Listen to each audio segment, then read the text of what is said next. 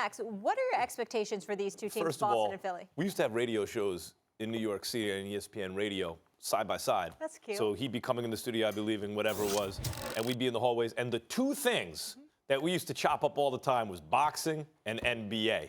And of course, now I get to debate him on the NBA, and beat him in all these arguments, which is amazing. Stop lying to the American people. Man. I'm sorry, Molly, what was the question? Exactly. What That's are what your happens when you lie. expectations? We got a good one tonight. We got the Celtics, we got the Sixers, and obviously Celtics For the finally season, fully loaded. Yeah, for the season, I expect the Sixers to not progress from last year, or to seemingly not progress. And it's not because of anything to do with that team. Simmons' shot starts falling at any point. He starts taking and making shots. He's an instant MVP candidate and bona fide superstar, maybe top 5 player. Embiid is great. All he has to do is stay healthy. Markelle Fultz, if he can become worthy even of being a top-ish draft pick, not the number 1 overall pick, which he was, that's really good. But the problem is they're blocked by 2 superior teams. The Celtics starting 5 is bananas. Who's the worst player on the starting 5? Jaylen Brown? Yeah. You mean the 21-year-old who shoots 47% from the field, 40% from 3, plays defense, long and athletic, averages almost 15 points a game on that squad? That's your worst player in the starting 5? You could run an offense through him on another team maybe. He might be the guy you go, that guy's going to be our primary scoring option one day. Not on this team. That's the last guy on this team. That starting 5 is bananas. The bench is great. The coach is great. The GM is great. They have everything you need. And yet, and I think they're a 50-50 proposition to win the championship if they get there. But I cannot say I expect them to necessarily get there. My expectations for the Celtics is they will say you expect the Celtics to get where? To the finals. Yeah, remember he likes Toronto. I think there are 2 teams, we're going to get to that in a second, that are real threats to the Warriors. They're both in the East. And the Celtics, if they get by the Raptors in the Eastern Conference Finals, they could win the chip. But I'm not sure they do. So all I can say is the Celtics are getting to the Eastern Conference Finals for sure, but that's all I can say. If the Celtics don't get to the finals, the season's a failure. Boston Celtics are going to the NBA Finals, and anything less is unacceptable.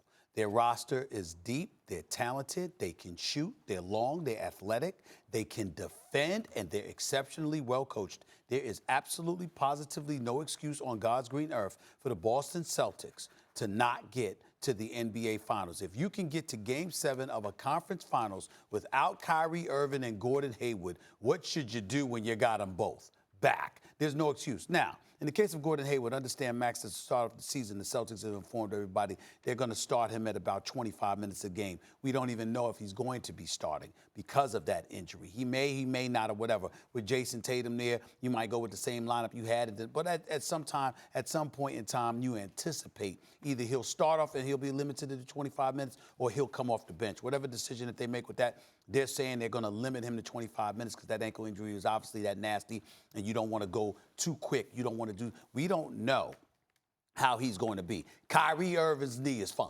He's good. He's ready to roll. There are no issues there, okay?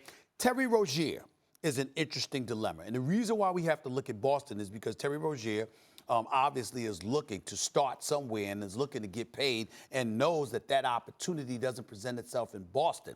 The problem is, do you trade him or do you hold on to him because you're making a title run and you need that depth? You've got Marcus Smart, agreed to a 4-year, $52 million deal in the offseason. Didn't have a whole bunch of takers out there, but his value to Boston is immeasurable. He deserves every penny of the money that he got.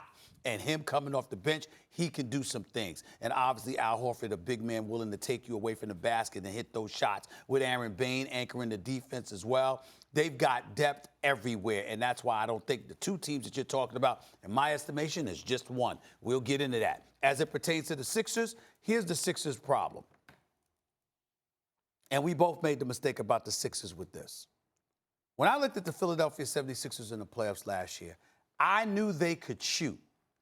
I never anticipated that Boston, and I should have, premiered the top defensive team against threes, would chase the Sixers away from being spot-up shooters and force them to put the ball on the floor in order to beat them. The problem with the Sixers is that the only person who could do that was Ben Simmons. Who can't now shoot. What they're doing is they're going to start Markelle Fultz tonight. Now, we saw flashes of this brother last year, and we wondered why Brett Brown didn't play him in the postseason. I was told by my sources within the organization that Brett Brown didn't play him because he could barely understand plays. He didn't know the offense. He was a disappointment, which is why T.J. McConnell was, that energizer buddy that would come off the bench. Somehow, some way, he always finds a way to be valuable. You look at him and you say, an excellent player. You look at him and say, what the hell is he doing in the league? Until you watch him play. Because he's short, but he's athletic and excellent. Yeah. You watch him play. He got the heart of a lion. Yeah. I love T.J. McConnell. Love him. So my point is that, but you're smart now because Fultz is starting tonight. Then you go in the offseason and you acquire Wilson Chandler. Wilson Chandler is no star, but he's no scrub. And more importantly, he's not a spot-up shooter. He can put the ball on the floor to get his shot. So the question, and it's just rhetorical because I think the answer is no. The question is the combination of Fultz combined with Wilson Chandler and the kind of offense that they bring to the table for the Sixers, is that going to be enough to overcome Boston? I say no. I say no. But it might be enough to overcome Toronto. I don't think so. And as a result, you could be potentially looking at a conference finals in the East between Philly and Boston. Only if Kawhi were to get hurt. I don't think so, Stephen A. I think Toronto's good enough to knock the Celtics out. Mm-hmm. And I'll get to that in 1 second quickly. The issue with the Sixers for me is Ben Simmons can't shoot. And the way that was exploited in the playoffs is he essentially became a power forward in a lot of instances. Don't laugh. We want to show him his proper respect.